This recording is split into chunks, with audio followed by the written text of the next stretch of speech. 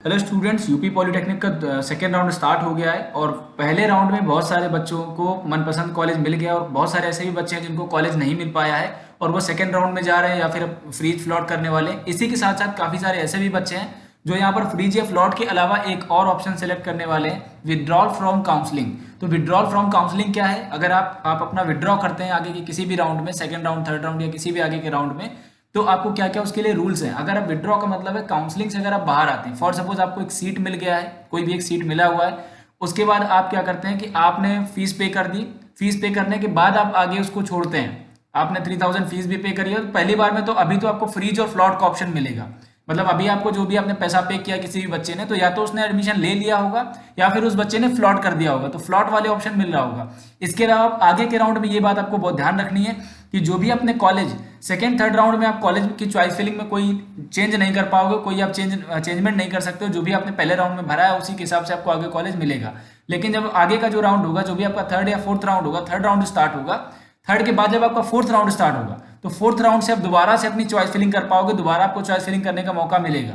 लेकिन उसमें आपको ये ध्यान रखना है कि अगर इसमें से किसी भी राउंड में आपको सीट मिलती है और आपने 3000 रुपये पे किया, पे करने के बाद या आपने एडमिशन लेने के बाद उस एडमिशन सीट को छोड़ते हो, विड्रॉल फ्रॉम काउंसलिंग, आप काउंसलिंग से बाहर आना चाहते हो फीस पे करने के बाद, तो आपको पैसा तो रिफंड हो जाएगा, लेकिन आगे की आप किसी भी माध्यम से आप एडमिशन लेने के लिए वहां पर एडमिशन नहीं ले पाएंगे। ये चीज़ यहाँ पर नोटिस में मेंशन की गई है।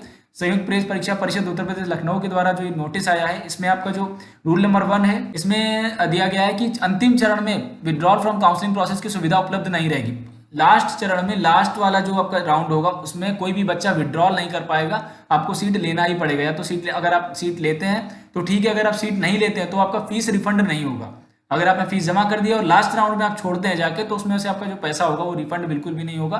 3000 हो या आपने पूरा फीस पे किया है तो कोई भी अमाउंट आपका रिफंड नहीं होगा। मतलब लास्ट राउंड में आप विड्रॉ नहीं कर पाएंगे। अगर उससे पहले आप विड्रॉ करने का ऑप्शन आपके पास है।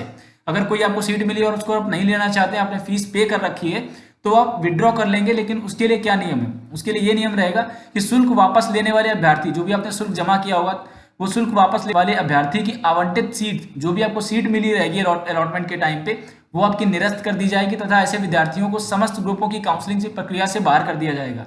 जो भी बच्चे रहेंगे उनको, जो भी लोग अपना सीट फीस वापस ले लेंगे, वो आगे की किसी भी काउंसलिंग में पार्टिसिपेट नहीं कर पाएंगे और ना ही इस सत्र में, देखिए लिखा हुआ 4th नंबर पे, विड्रॉल फ्रॉम काउंसलिंग प्रोसेस।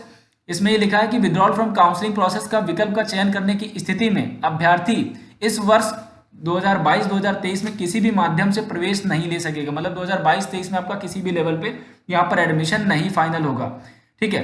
उसके बाद शुल्क की वापसी अभ्यर्थी द्वारा पंजीकरण के समय अंकित किए गए बैंक खाते में ही की जाएगी।